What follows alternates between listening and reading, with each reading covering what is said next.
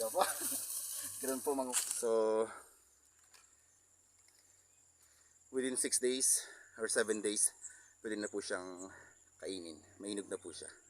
So, makita na.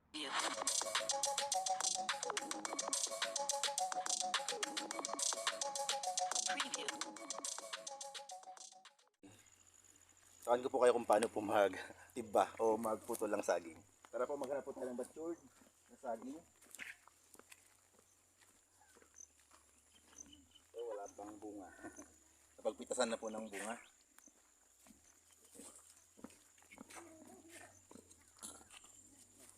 Ito po yung taniman ni kuya ko. Pinatanim niya po sa masipag na caretaker po dito. So, sobrang sipag po nila.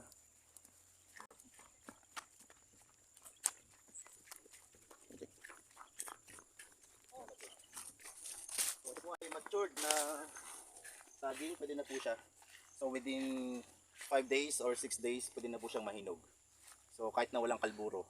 Kasi ilalagay lang po siya sa madilim or sa balat ng saging or dahon ng saging. Kapag na-dry, pwede na po siyang mahinog. So makita nyo po. So nagdalog na. So ang style po dito ay puputulin po sa pinakapuno. Para bigyan po ng daan para lumaki naman po ito.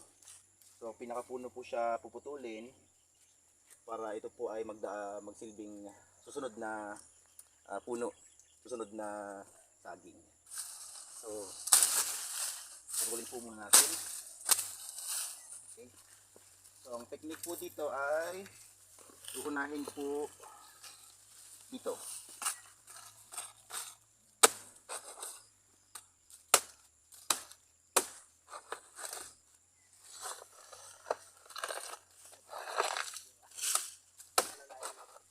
Konting alalay po.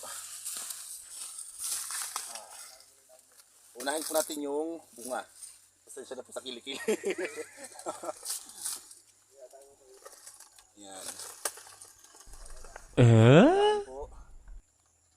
At maaari na po siyang kunin.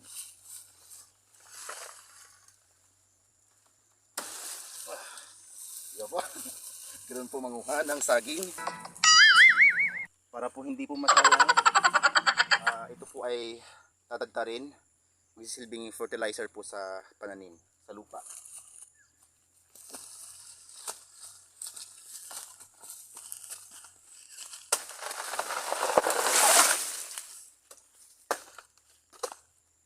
Ingatan lang po natin yung isa.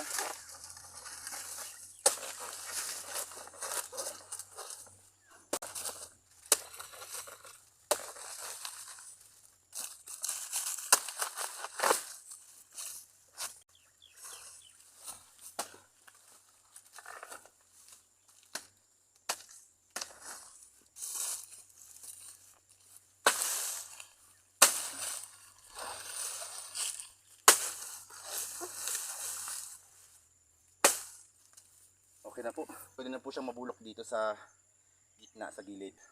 Mag-serve po siya ng fertilizer. Potassium.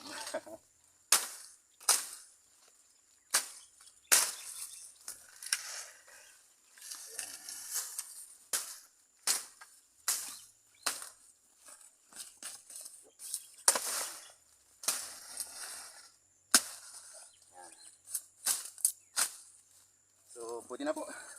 So ito po ang aming naani. Okay. So within 6 days or 7 days, pwede na po siyang kainin. Mainog na po siya. So makita na po, matured na matured. So tara po. Okay na po yan.